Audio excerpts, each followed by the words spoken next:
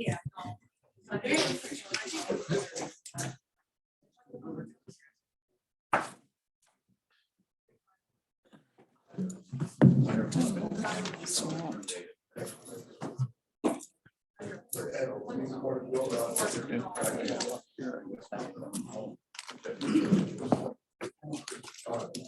Well, I have friends who have.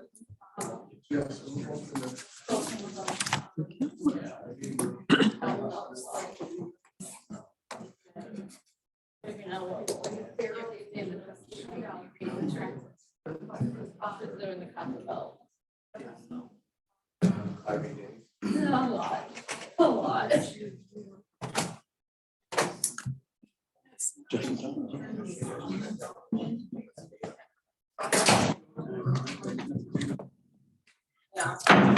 We'll call this meeting of the Township Board to order. Will board members and guests please rise for the Pledge of Allegiance? I pledge allegiance to the flag of the United States of America and to the republic for which it stands, one nation, under God, indivisible, with liberty and justice for all. Madam Clerk, please call the roll. Trustee Mohica. Trustee Cascarella. Present. Trustee Brewer. Trustee Bowen. Here. Treasurer Fedewa. Here. Clerk Clark is present. Supervisor Fletcher. Here. You have quorum. Thank you. A motion to excuse trustees Bowen and Mohica. It's not Bowen, it's here. Brewer and Mohica. So moved. Support. Has been moved and supported. All those in favor, please say aye. Aye. All those opposed, say nay. Motion carries. We have the agenda before us. There's a couple changes to highlight. One, we're adding a closed session to discuss the item number 8, the proposed Ultium 3 agreement. And so we'll move that vote on the item after the closed session. So we'll move that down. So we'll add those 2 items. So any motion to approve the agenda as amended? I move to approve the agenda as amended. Is there support? Support. There is support. All those in favor of approving the agenda as amended, please say aye. Aye. All those opposed say nay. Motion carries. Public comment for items not on the agenda. Anybody here in the audience this evening to speak on a topic? Now's your opportunity to come forward. See no one coming forward, we'll continue on with the agenda then. And that brings us to the consent agenda. It's the pleasure of the board this evening on the consent agenda items. Supervisor Fletcher, I move to accept the consent agenda as presented. Is there support? Support. There is support. Madam Clerk, please call the roll on approving the consent agenda. Clerk is yes. I think it was trustee Cascarella. Yes. Trustee Brewer. Trustee Bowen. Yes. Trustee Mohica. Treasurer Fedewa. Yes. Supervisor Fletcher. Yes. Motion carries. Thank you, Madam Clerk. We'll move down now to the items of business. First up is number 4, the groundwater survey project. The manager's office recommends that we approve our participation, and I believe there's somebody here to speak on that. So if you want to come up to the podium. Okay, I guess if I could get the first slide here. I know my time is a little short here, so I'm going to try to do this quickly.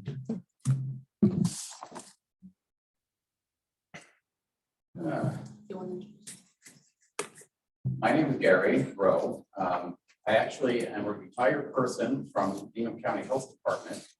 And currently I'm working on several things, but one of them happens to be this project here, which is a survey of groundwater for both for the Tri-County regional area, which includes Ingham County, Clinton County, and Eaton County. Next slide.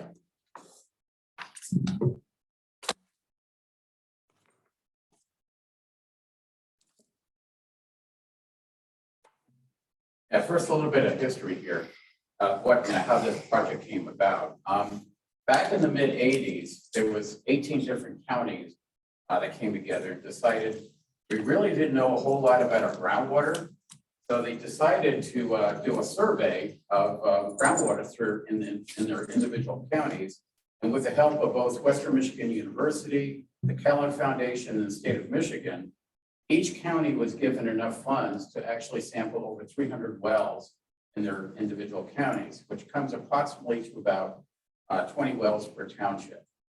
Now, the whole idea, if we can go to the next slide, was we were going to sample the wells for all these different parameters.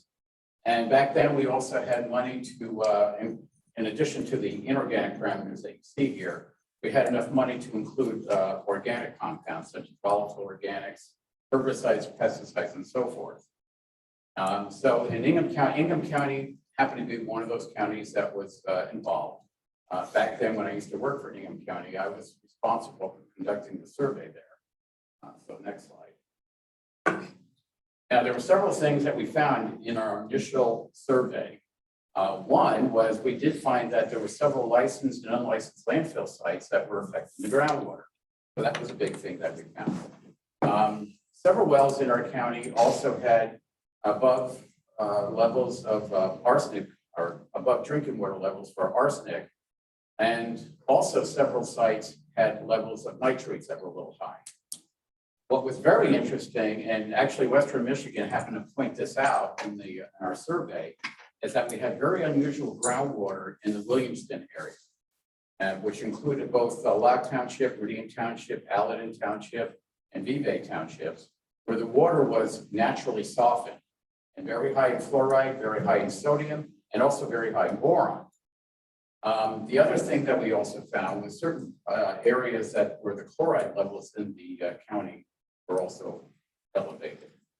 And the whole idea when we did this initial study, we were supposed to go back every 10 years and sample the same wells to see how much has groundwater really changed. And that really didn't sort of happen. So if you go to the next slide. Finally, after I retired, a couple of us finally got together in 2015, decided it's been over 30 years. I think it's about time we try to go back and see, okay, how much of our groundwater really changed? So actually, we started, of course, in the county that I worked in, which was Ingham County. And our first township at the time was Aurelius Township. And during that time, the U.S. Geological Survey Division actually started Aurelius Township as a pilot and provided funding to do that. Over a period of time, then we finally started getting other people interested in doing this survey. We go to the next slide. This shows several of the parties that were actually involved with doing the study, which included, of course, several of the townships we were sampling in. Delta Dental actually got involved because they had some interest in both the fluoride and the boron levels that we found in the groundwater. And of course, what was a big help was when the Water and Light came on board and Michigan State University. Next slide. When we did this next updated survey, what was really important was that I wanted to get students involved because I felt it would really provide a great opportunity to get students firsthand experience actually working out in the field and actually seeing how some of these things actually work. So we did get several students, of course, from Michigan State University, including some graduate students. We actually had one person came up from the University of Texas to work on the project as part of his master's thesis. And then also I was asked to get some students from Williamston High School because they had a science class there that they wanted to do it as a special project. So that was a kind of an important component of this new follow-up study. Next slide. Ingham County has now been officially all sampled, and this happens to show a map of all the wells that we did sample. Of the 312 wells that we initially sampled, we did get back to 267 of them. In the past 30 years, some wells have been abandoned. Some wells, of course, of the homes have been hooked up to city water. And for some of the wells, we just lost track of who the owners were. But what was kind of important, especially when we started in Aurelius Township, is that we did get back to almost all the wells that were originally sampled. In fact, I had one homeowner, when we came to sample the well, they asked us, what took you guys so long? So that was kind of interesting. So we did get back to several of the wells that we did originally sample. Now, this map happens to be color-coded based on some of the major parameters that we sampled for. What's particularly of interest here, if you look at a lot of the yellow-colored wells, that happens to show wells where we saw a significant increase in salt levels.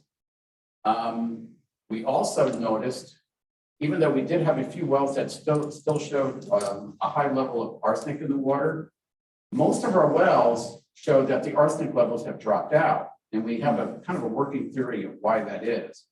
And of course, the other thing too is like what we saw back in the 80s was that a lot of wells had above average levels for boron in the water, which happens to be again in the Williamston area.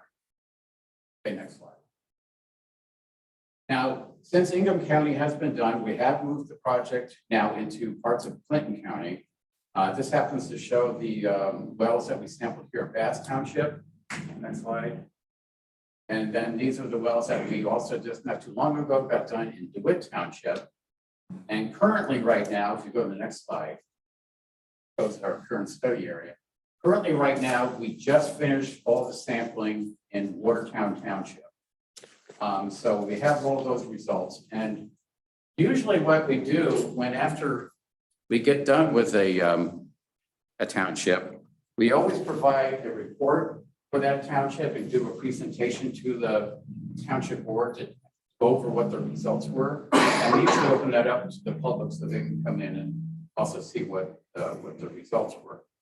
I should also point out that when we do sample a well or person's well who participates in the project, we always make a report for that individual and send them a copy of the report.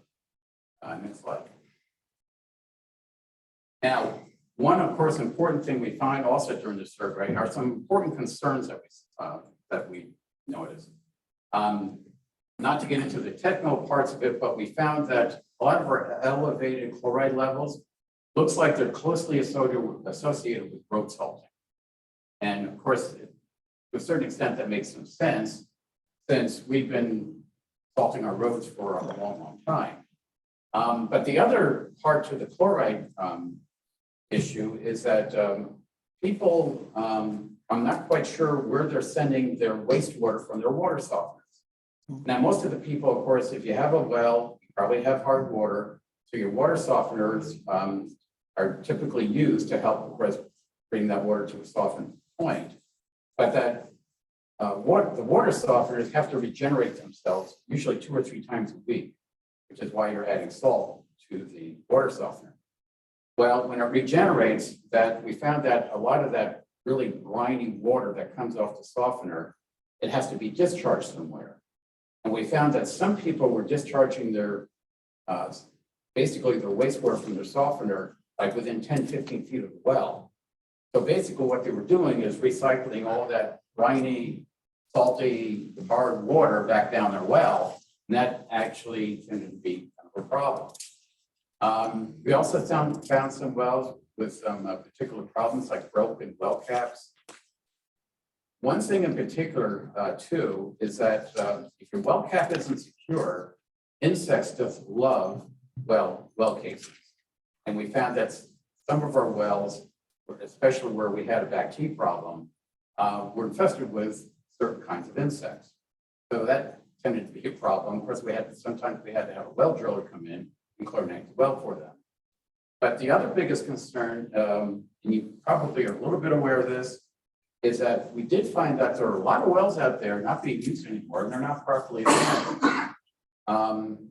We found several wells that, as you can see, especially in places where city water has been extended, there's still wells there.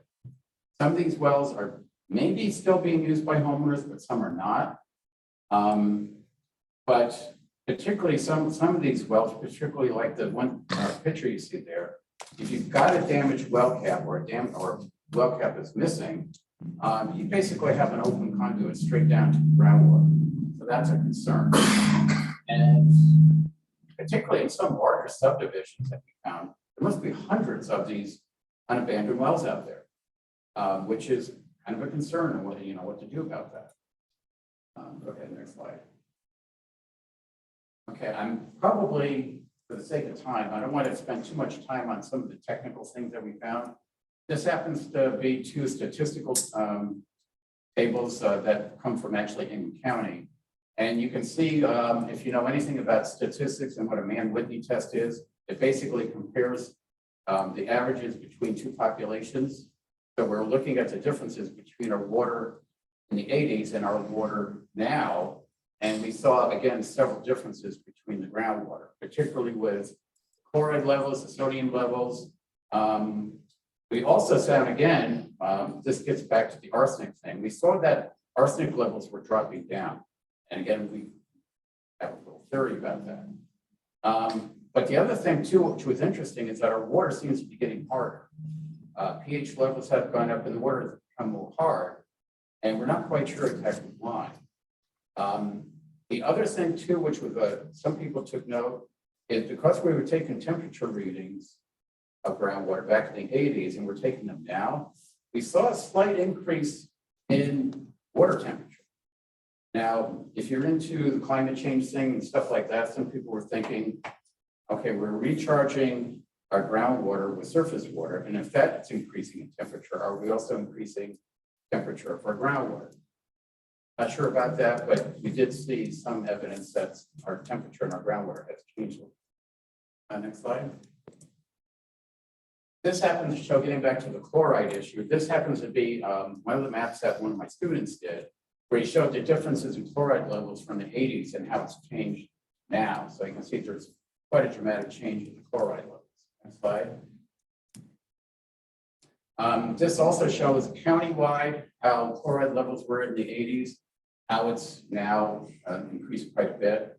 And we do notice that, again, the chloride levels seem to be associated with major road works, particularly in certain intersections, which is why we kind of suspected that a lot of it probably has to do with road salting.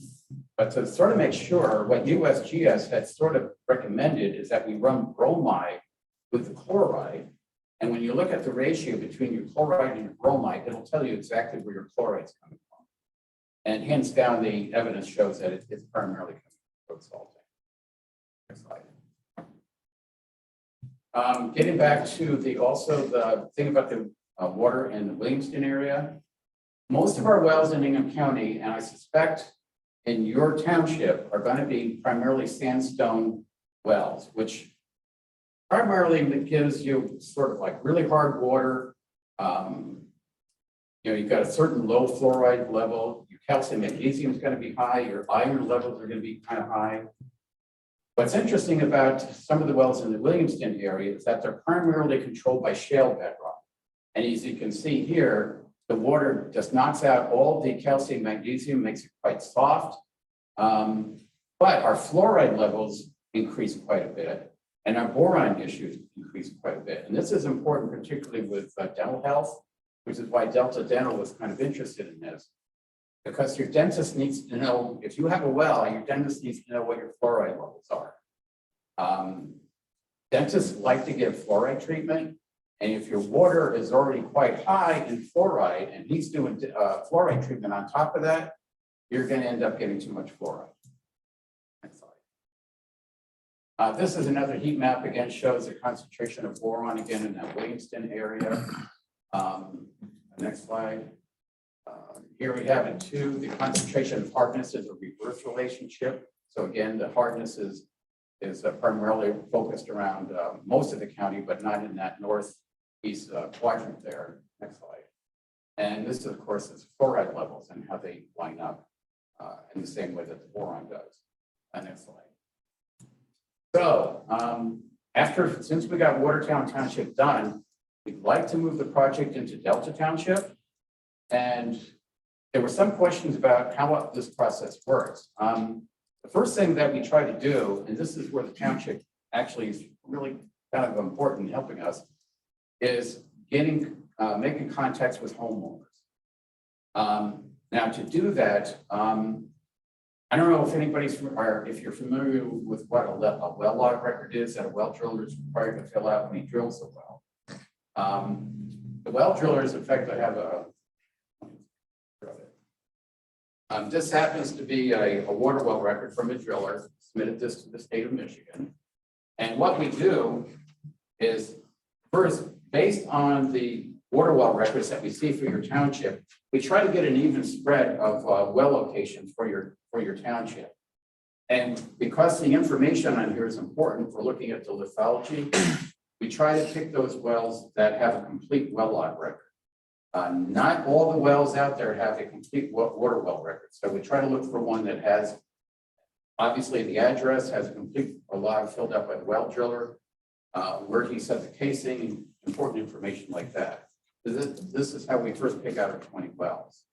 Now, and I think in this situation, Tri-County Regional Planning has volunteered to send out letters to the 20 that we usually have on the list, to send out an invitation to the homeowner. Let me. Yes. Hello again. I came to speak with you guys last year, so it's so happy to see you guys again. Again, Gary's mix up Tri-County Regional Planning Commission houses and helps facilitate coordination for the Groundwater Management Board, which is the group that will be sending out the letters. So we'll be working directly to get that communication out there. This is something I know some of you asked questions about last year when I came to present just general ideas. And so this has been a conversation we've been trying to have since August last year. So slowly but surely moving forward to try and see if there's any interest, specifically with the Groundwater Management Board. There was a lot of interest to get Delta Township sampled because you guys will be the last township for the entire board to be sampled. So it'll be a complete representation of the board. And so we are very interested in moving forward with that and wanting to continue these conversations. As Gary said, we'll be working directly on trying to get those letters out to homeowners. Something that he did comment on is that townships are really helpful with us getting that contact information so we can get like the correct addresses and maybe even phone numbers to reach out to them directly. But any contact letters will be coming from the GMB. It won't have the Delta logo on there. So if there are any concerns with that, we are hoping to address that through the letterhead, but I'll let him carry on. I just want to provide that clarification. Thanks. Yeah, thanks for reminding me about that. How the township is really helpful in that.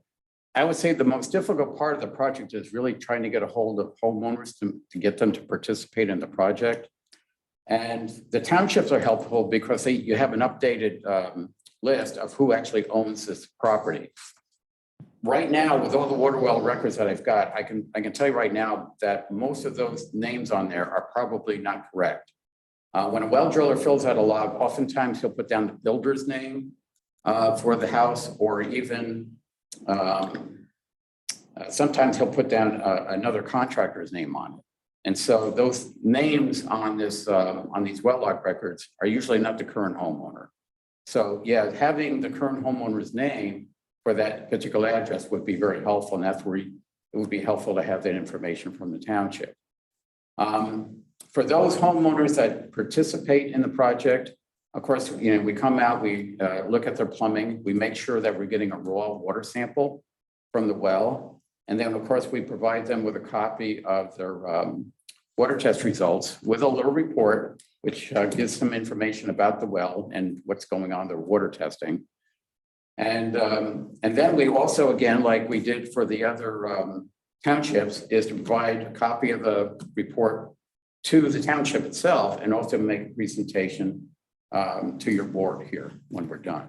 One thing that I do want to add, something that we're really grateful for the past couple of townships, we have been working directly with the Department of Health and Human Services to provide a total of information for those homeowners so that they have access to education material, generally who the GMB is, so that they have access to our website to gain access to all the resources we have listed there, as well as a lot of information on nitrates, how to clean your aerator, things like that, that come directly from the state for education on that. And from the Ingham report, we realized that that was a big area that we need to push forward for, is educating these homeowners to be able to continue to protect our drinking water resources, even if it comes from a public water supply or private well. So that is an additional initiative that we are pushing and would be incorporated into Delta Township as well, if sampling moves forward. Now, a lot of the reports that were developed so far for this project, they also are available on your website. Yeah. In case people want to take a look at those. There is a link in the PowerPoint. If you guys have it directly on, you'll take you to the websites hosted on Tri-County's page. We have the full Ingham County report as well as each individual township report for Ingham County plus DeWitt and Bath Townships, and we will have Watertown up there as well once it's completed. So any questions? Andrew, Yeah, a couple questions. Do you want to- So first, we've never had a groundwater survey in Delta. Actually, you have. Back in the 80s, Eaton County was a part of the project. And they did sample several wells in your township. Unfortunately, and this is what was very disappointing, they don't have their data. They can't find it. Okay. In Ingham County and in Bath Township, we still had a lot of the old data, so we had something to look at and compare to. But unfortunately, again, Eaton County, all we had is this report here, which, I mean, it shows that, there were wells sampled in Delta Township, and which included, of course, the rest of their county. But unfortunately, the actual data itself is lost. Okay, and so you were proposing 20 wells to be included in this survey. Where does that number come from? Was that how many were surveyed previously? Yeah, based on the numbers that we used back in the 80s and what we thought was a good representation of each individual township, 20 wells is what at the time, the geologists thought that was a good number. So obviously, when we did this follow-up study, we wanted to go back to the same 20. And so we always kind of held to that number because it seemed to make sense. Okay, and then one last question. I didn't hear you mention PFAS. And so, and I realize maybe you're trying to be very comparative to the 80s studies to today. And so maybe that might be part of the reason, I'm not sure. Right. But has there been any consideration of that? And since you don't have the data for Delta Township, is that something that can be considered as part of the survey? We thought about it. The issue is PFAS, just in general for one home, it's very expensive just to sample PFAS. Oh. It's extremely expensive. Okay. It's I think a few $100s. It's actually closer to $400. Yeah, just I for mean, one home. If a particular homeowner wants us to sample for something else, like, again, in this case, we didn't have the funding to do herbicides and pesticides, but if a homeowner, if they want to participate and they want us to test for something in addition to what we're doing, Yeah. I could certainly get the bottles from the state of Michigan lab, which is a lab we use, and we could run it for them, but the homeowner would have to pay for that extra cost. So Okay. if a homeowner wants to do PFAS, it's a little tedious, the sampling process, but we could do it since we're already there. But if they want to spend the extra money, that's be up to them. Thank you. Other questions? All right. I was ready to make the motion. Sure. Go ahead. I move that the Delta Township Board approve township participation and monetary support for the groundwater survey project conducted by the Groundwater Management Board for private well sampling within Delta Township in an amount not to exceed $5,800. Support. There is support. Additional discussion. Seeing none, all those in favor, please say aye. Aye. All those opposed say nay. Motion carries. Thank you so much. Okay, thank you. Thank you. And the last page of the slide has our contact information for both of us. So if there's anything specific data-wise you want to ask us about or just general logistics, do not hesitate to reach out. We are more than happy to talk with you guys about this. Sure. Wonderful. We look forward to seeing the results. Thank you. Okay. Thanks. you. Continuing down to the next item, an authorization resolution to purchase tax reverted property. The manager office recommends that we spend $7,123. Is that right? To purchase a couple lots next to Mount Hope Park. Brian, did you want to say anything about it? I don't think so. This is, or nothing too extensive. This is just an opportunity we get each year. Typically, the properties are of no strategic value to the township. We have purchased some in the past when they do make sense. We felt like these properties do make sense, abutting right up to our park. And for the price, we thought it was something that we recommended not passing up. Yeah, it seems cheap. Dennis, then Andrea. Andrew, do you have a question? No, I was going to make a motion, but if you were going to, go right ahead. Yeah, I move that the Delta Township Board authorize the expenditure of $7,123 plus applicable county fees for the purchase of parcels that are listed in our package here from the Eaton County Treasurer for the purpose of serving as a future park pathway improvements and other public use, and authorize the township manager to sign necessary applications and documents. Support. It's been moved and supported. Any discussion? Beth? This would be a great location for a dog park. Any other discussion? Seeing none, Madam Clerk, will you please call the roll? Treasurer Fedewa, Yes.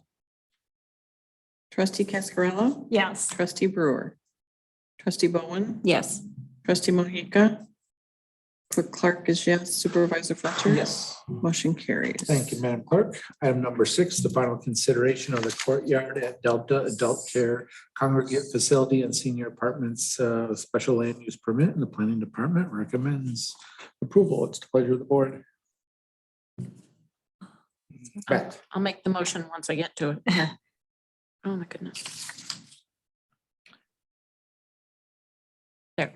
I move the Delta Township Board approve the special land use permit request for an adult foster care congregate facility as described in case number 5224 for the following reasons. The applicant can meet all stated standards of the zoning ordinance. Number 2, the property is properly zoned for the proposed use. And number 3, public utilities are available to serve the project. Is there support? Support. There is support. Any discussion? Seeing none, all those in favor, please say aye. Aye. All those opposed say nay. Motion carries. Item number 7, appointment of Dave Corey. We had a resignation on the ZBA. Brenda Forenzo left. Dave had been serving as our alternate there for quite some time. So the recommendation is to appoint Dave to move up and become a full-fledged member of that board. So I move that the board appoint Dave Corey to the ZBA Board of Appeals, and that the clerk is directed to send notification to Mr. Corey informing him of his appointment. Is there support? There is support. Yes. I just, as a ZB, the board's representative on the ZBA, I've had the benefit of working with Dave as an alternate, and he's been fabulous. I love having an alternate too. I think it's great, and especially when we have these vacancies, that we have someone that can just step right in and really is familiar with the role that we play. But he's been a great addition, and so happy to support this. Great. So will we see a name for an alternate again soon, or does the? Yeah, we can committee itself- consider, I forget, there's a unique reason why we ended up making Dave an alternate. The question is, are you gonna find somebody like Dave who's willing to show up for meetings that they Yeah. don't ever vote on? And Dave never, he was always there, but he was never really called on to vote. So I'm not so sure if we appoint an alternate, they're actually gonna show up all the time and be Well, ready. let's say he never, it's not that he never voted. And Yeah, I think we were just running into challenges sometimes with having quorum. Sure. So having that extra person really was helpful Yeah. to delay decisions. That were before us. So, Mhm. yeah. But yeah, it's we been are, really we are allowed to have an alternate. So if we find somebody who's willing to play that role and not understand their role, so that they don't feel like, okay, I got asked to do something I'm not asked to really vote. Any other discussion? If not, all those in favor, please say aye. Aye. All those opposed say nay. Motion carries.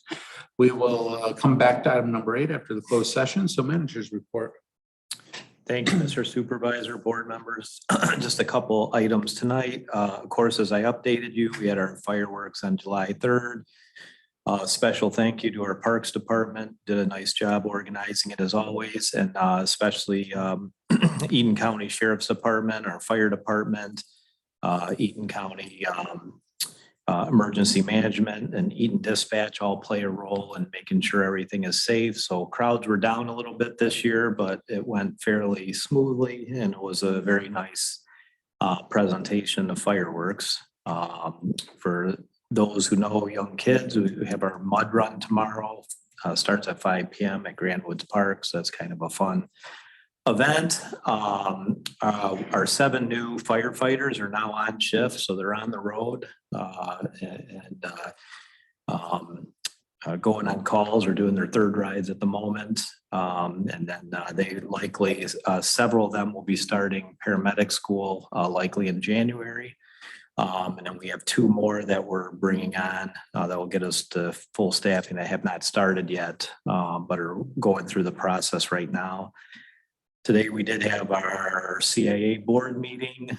We had representatives from other CIAs there that gave their perspective and their experiences with their CIAs, 4 in the city of Lansing, 1 in Meridian. So it was a good discussion, part of our continual kind of pre-planning for corridor planning and listening to key stakeholders. Last but not least, Trustee Brewer couldn't be here. She really wanted me to read a letter regarding Clerk Clark from Brenda Henderson.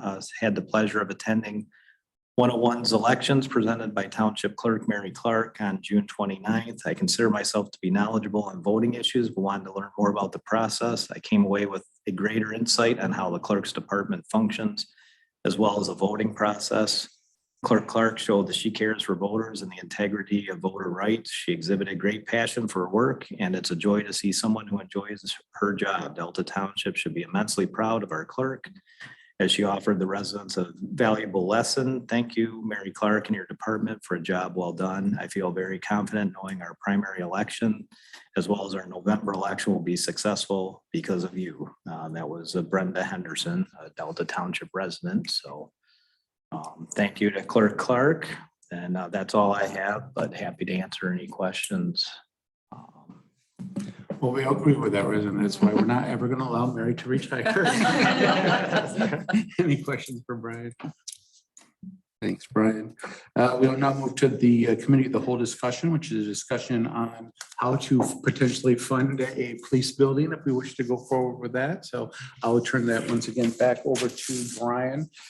To kind of give a pre-discussion on this, the county was looking at also doing potentially some type of public safety millage. So that caused us to talk to them to see, okay, what are your, when and how. And it looks like that head does not have support. Nothing's going to move forward. It does. They're still discussing a parks millage though to put on the November ballot. That has not yet been decided. So that's a potential millage that would be coming from the county. So with that, Brian. Thank you, Mr. Supervisor.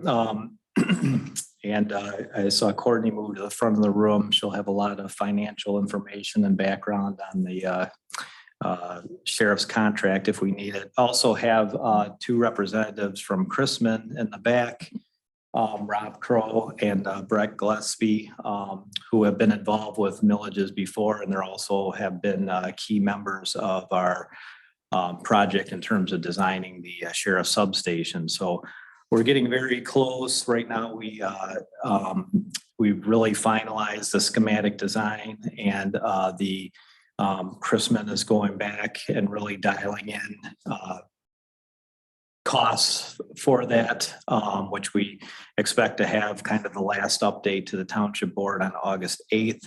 On where those costs for the building stand at this point, now that all the revisions have been done and that type of thing. But in general, we're right about in the $15 million range for a new sheriff substation. That includes demoing the old sheriff's substation, the old water building, a year and a half of relocation costs, and also replacing some storage area that we'll lose by taking down the water storage building. So the deadline for any millage to be put on November is August 16th. So we have only 4 more board meetings between now and then. So I at least wanted to start a discussion to see if there was any willingness to pursue a millage or some type of revenue proposal to build the building.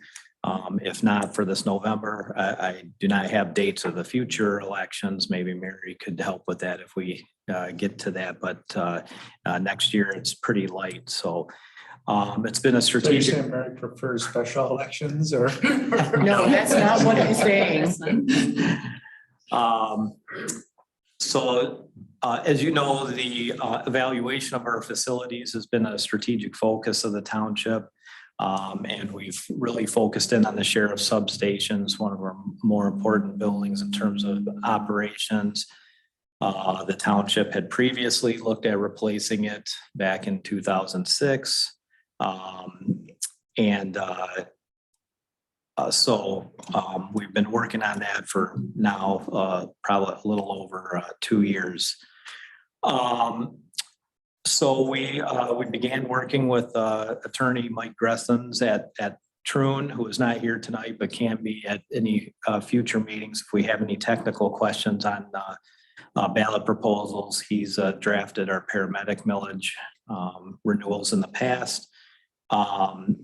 But a couple items wanted to point out, and thanks to Courtney for this information. Our contract with the Eaton County Sheriff has seen quite a bit of increased costs over the last several years. So there's a table there, and you can see, and it's a little bit deceiving in 2018 and 2019. For those of you who are on the board may remember, we eliminated 2 positions out of our contract because of the escalating costs. Since then, the costs have continued to go up, other than 2021, where we had a significant reduction in capital costs or capital projects out of the sheriff's department. So we had a decline there, but the last 2 years it's continued to go up, and the driver of that has been particularly the retirement, which most of you are aware of. So we've tried to provide some background millage information. 1 mill generates approximately $1.6 million for the township. And then we get down into a couple of different options. One is a bond millage, which would just pay for the building. The second option is a public safety millage, which would be kind of a set amount that would pay for the building, but also generate additional revenue to help offset the sheriff's contract, potentially used for other items. Again, this is draft language that could be filled in pretty easily. So either of these would be ready to go. There's a couple other options, special assessment. If the board was interested, we could provide more information on that. And then we have some data here on impact on residents, and also a table on where we stand locally with operating millages, which, as you can see, compared to the surrounding communities, we are by far the lowest in terms of local operating millages. So as I mentioned, the next potential election date would be November 8th. And there's some different factors in terms of deciding which election, but we wanted to start that conversation. And I don't know, Courtney, was there anything else that you'd like to add? Yeah, the other thing was the attachment to the memo. So Ted and I worked on, because I think one of the questions that we do face is, everybody can see that we have a lot of growth in the township, right? So you look around, there's construction, there's new housing. So what we wanted to do is take a look at, okay, what does that mean in terms of dollars for the township? So that was why we came up with the very last page in the packet. So you can see that the new growth that we had this year, plus a 3.3% statutory increase in our taxable value, brings in about $450,000 more in revenue. So that sounds like a lot of money. But then when you scroll down a little bit further, I just, for example purposes, show the impact on the general fund of a 3% increase to salaries, an 8% increase in healthcare, and then a $300,000 increase in the sheriff's contract, which is around how much we're expecting for next year. You can see how quickly that gets eaten up. That alone is 560, which is more than the increase. So that's kind of what we face, is that even though we do have a lot of new growth, it doesn't necessarily keep up with cost increase. Now, yeah, of course, there's other things, revenue sharing, those sorts of things, but really, our main source of revenue is taxes. So go ahead. I was just going to say I think it's a great chart that Courtney put together, because Delta, we've always managed our money very responsibly, but we do have some extreme pressures and some staffing that we'd like to address, and some pressures on the budget. So this just helps to kind of showcase there is a need for some additional revenue township wide. But we also have, the singular focus of how do we fund the building as well. So that helps kind of fill in a holistic picture. I just want to speak to the fact that it's been 16 years that we've been having this discussion with constantly kicking the can down the road. I mean, not every year because we don't talk about it every year. We try to like pretend it's not happening for a while and then it surfaces again. But I want to speak in support of the public safety millage because it would help us with the costs. We can't control what the county does or more realistically does not do to address the pension obligations that they have and have accumulated over the years, but we can help spread our increases so that it's not all coming out of the general fund, which is what's happening right now. And I totally support doing the 2 mills as a public safety, because I think that's what's proposed here. All the numbers are based on 2 mills. It sounds like a lot, but it's a reasonable impact. I think all of us want public safety. And it's an important aspect of quality of life for our community. And I would speak to moving forward on the November ballot. Can we slow down a little bit? I had some questions on the on the documentation. And pages aren't numbered, but on the bond millage, you had average debt service estimates, and you have 3% column, 3.5% and 4%. Is that based on 20-year? It's 10-year, 20 and 30. So as it asks, so the longer the term, the higher the interest rate. Okay. So the 3% is for 10 years, the 3.5 would be for 20, and then the 4 would be for 30. And then the issue amounts go down the left. So And the cost of the building would, if I read this right, would eat up about 1 mil. Is that what you're dedicating approximately, 1 mil for the yeah, building? 1.1. So that means if we did 2 mills, that would be an offset of, or a supplement of our general fund. That would be earmarked for operations for public safety would be about the same amount, which is About 1.5 million. Sure. Round A year. numbers. Yeah, 1.6. Okay. And our public safety for the increase that you were showing for the sheriffs, that would cover that, but then also cover part of our operations for fire. It could, I mean, the whole sheriff's contract is about $4 million.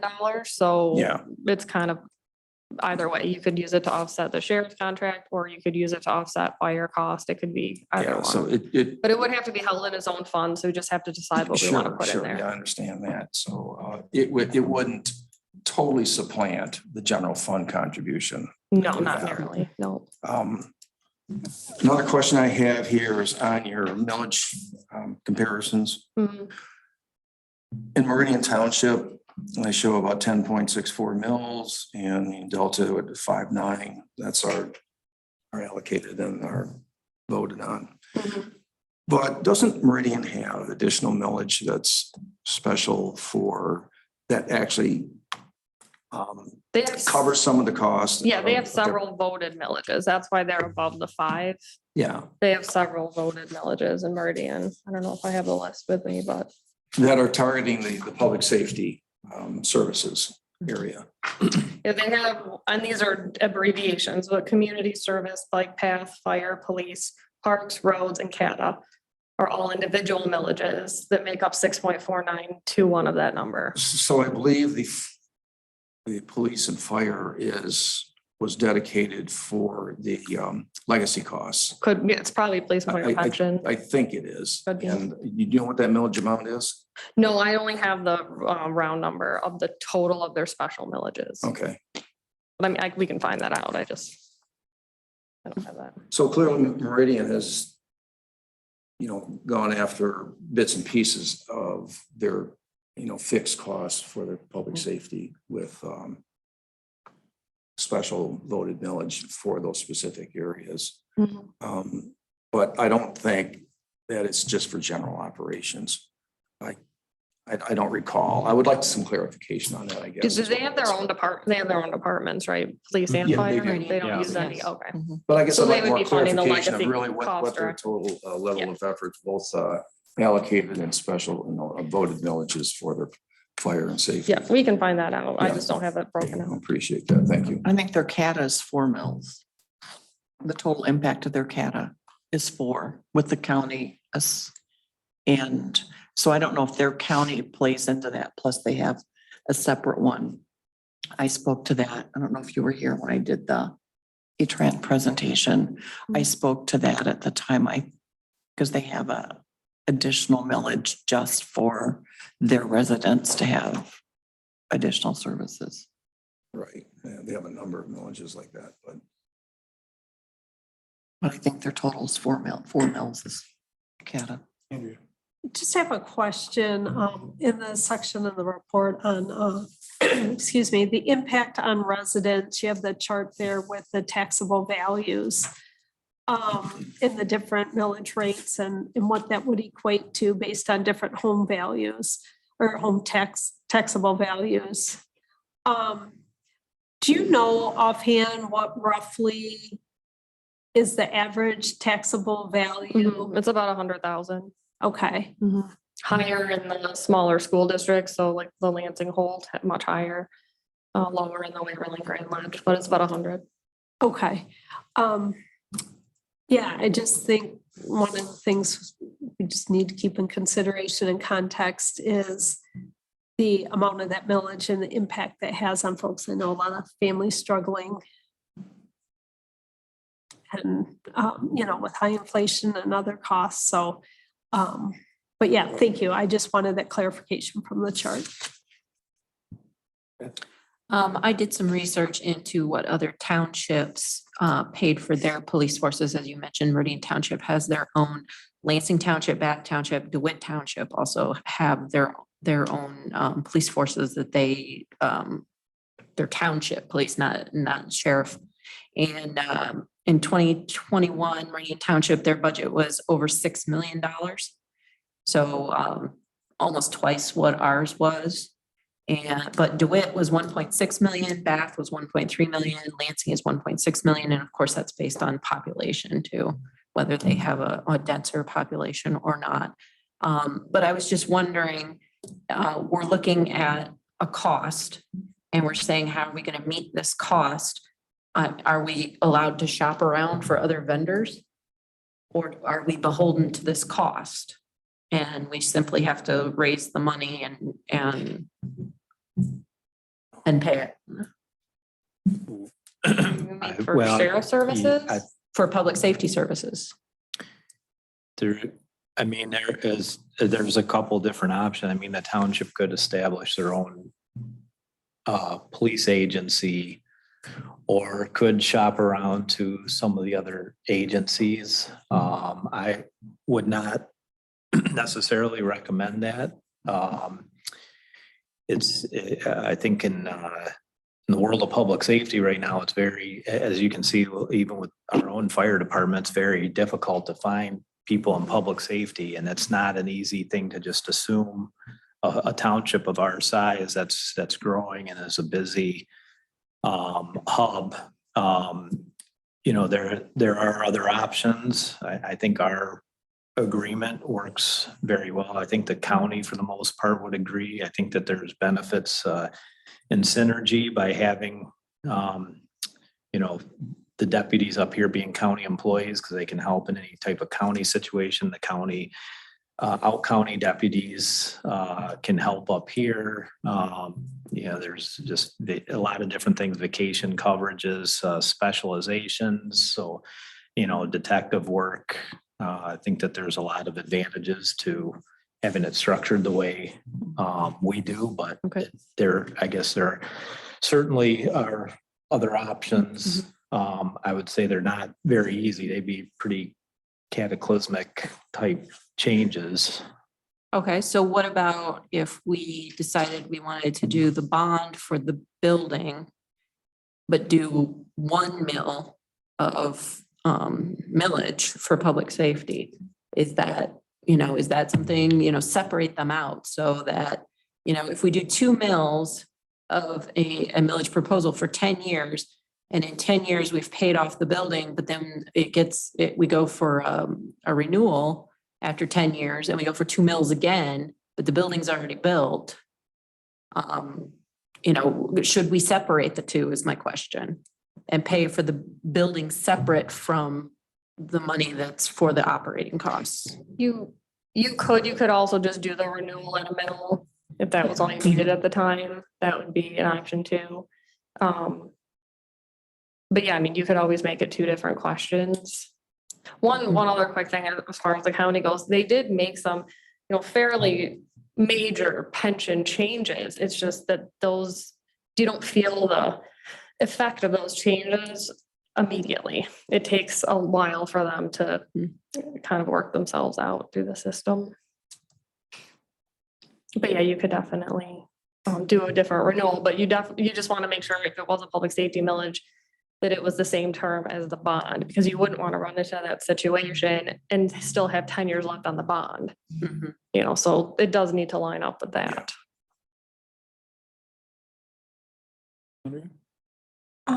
Dennis, you raised the point about some communities that already have villages, whether they're operational or legacy costs for public safety. And Beth, I didn't know in what you had done that bit of research about those communities that have their own departments. Are those supported with operational villages? Do you know? Different ones had, they were operational millages, I think for the most part. Closed it. Bring it up again.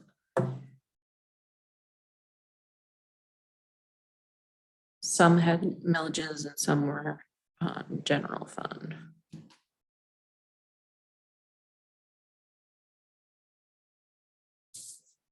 Yes, so Lansing Township, they just pay out of their general fund. Bath Township has a police and fire millage. Witt Township, they supplement general fund and a millage. And Meridian does the same thing, a general fund and a millage. Okay, thank you. And it looks like Meridian has a police and fire millage, a police millage, and a fire millage. They have 3 different. Yeah. Wow. If we could get that delineated, that would be helpful. It was just from a quick search, Yeah. but yeah. Other questions or thoughts that people have?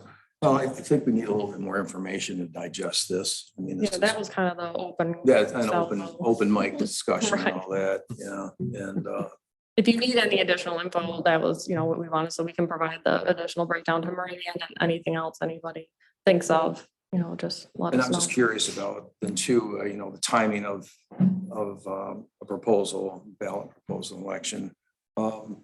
November is one option. We don't know if there's going to be anything after next year by any school district or anything at this time. I don't know what would be left. We've had 4 Had a school lot. millages in the last 2 years. Yeah, I just don't know if there'd be any bonds. I mean, we really just did their big bond. Grand Line. They have another one on the ballot. Yeah. Grand Ledge is done too. I just don't So know. we would be doing a standalone Right. greater but chance. Would it be a standalone election or is just well, let's see, the school elections are at the same time, aren't they? There's Yeah. only a bond. You only can do elections this first Tuesday after the first Monday in May, August, and November. Right. When are the school board members up? November. They were moved to the general Oh, they were? election Yeah, okay. a few years ago by the legislature. So the only thing that happens in And that would be, special that would be elections. next year and that would be, It would be- election year. Right. Pardon me? Well, you're talking about November of next year. No, this Oh, year. this year. They're on the general election. Oh, they Yeah, are this year. Okay. right. So they wouldn't be, there would be No. no, They are moved and they have to be in November in even years. most likely not even have an election in November 23. One can hope. So, I mean, that's consideration of our decision. So. Absolutely. Well, instead of paying for two elections, we could pay for one Right. in November of 22. Supervisor Fletcher, you mentioned that there was some talk at one point at the county about doing a public safety millage. How would that impact us as well? If then there was a county millage for public safety? You know, I mean, there could potentially be a different board there next year too. It doesn't sound like they're gonna do it this year, so it Right. doesn't impact Yeah. us in terms of competing on the ballot or anything. How No. it would impact us, it all depends on what the proposal and how they spend the money and whether or not we see any individual benefit to them, or whether or not we see a savings in our contract Yeah. with them. Right, that's what I And, mean. if- Yeah, if we so don't, there may not be any. it might bring our savings. costs down Mhm. if they had more revenue to support. That way, you know, bring our general fund down, but we would pay through the county millage or special assessment, something like that. But conversely, if they're just covering their costs and their future costs and not passing any savings on to, you know, Delta Township, for example, and we throw something on the ballot, Yeah. I mean, to the voter, it just looks like a double dip. Right. Mhm. Exactly. And, you know, it depends on what they do. Once again, you know, the sheriff was advocating for a millage so he can give raises and stuff. So to increase the cost of our contract could be the end result of it. If that's the end result is that they start doing that. So Sounds like Meridian Township. Should we have a conversation with the county board and, you know, well, see there if we has can been dialogue coordinate. as they were discussing, you know, going on Mhm. forward with the millage and everything. But yeah, absolutely. If they're going to do one, you know, whether or not we would want to support it, we want to see some type of benefit. Yeah. Okay. So, okay, so if there's no further questions for this evening, thank you, Courtney. We appreciate your contributions to the discussion tonight. And we will move to the next item, which is to go into a closed session before we consider item number 8. I don't think there's anybody left in the audience who want to speak on public comment before we do that, so they don't have to stick around any longer if they would like to. Any public would like to speak on a different topic? Okay, seeing nobody's coming up to speak, somebody like to make a motion to go to closed session. Go ahead. Go into closed session. I move that the Delta Township Board adjourned a closed session at the request of the township manager under the Open Meetings Act, Act 267 and 1976, Section 15.268, Section 8H, to consider material exempt from discussion or disclosure by state or federal statute. Is there support? There is support. Madam Clerk, please call the roll. Trustee Tascarella, Yes. Treasurer Fedema, Yes. Trustee Mohica, Trustee Brewer, Trustee Bowen, Yes. Clerk Clark is yes, Supervisor Fletcher. Yes. Motion carries. Thank you. We are in closed session across the hallway.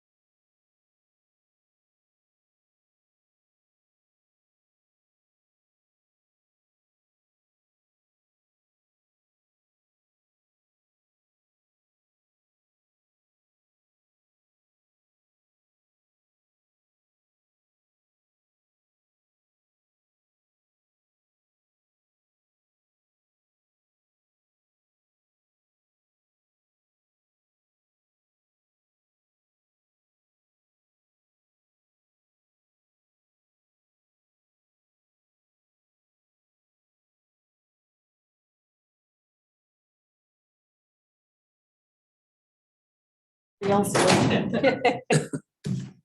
Just the diehards.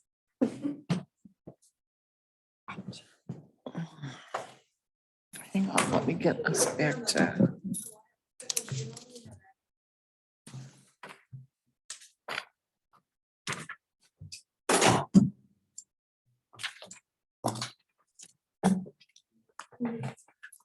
Okay, we'll call the open session back to order. Do we need to call the roll again? No, We will now return to item number 8 on the new items of business, the proposed Ultium 3 utility agreement. The manager's office recommends that the board approve the agreement for infrastructure improvements. What's the pleasure of the board on this one? I didn't bring it up. if I had a motion, I would do it. Let me see. Well, I'll move that the Delta Township Sorry. Board approve the agreement for infrastructure improvements between the Cheddar Township of Delta and Ultium Cells LLC for the Ultium 3 plant. Further, I move that the township manager is hereby authorized to sign and execute the agreement on behalf of the township board. Is there Support. There is support. Is there any discussion? Say no discussion. All those in favor, please say aye. Aye. All those opposed say nay. Motion carries. Anybody have anything else to add this evening? We already had our final comment, public comment, so we are adjourned. Did that get circulated down the road? Yes, it did. Thank you.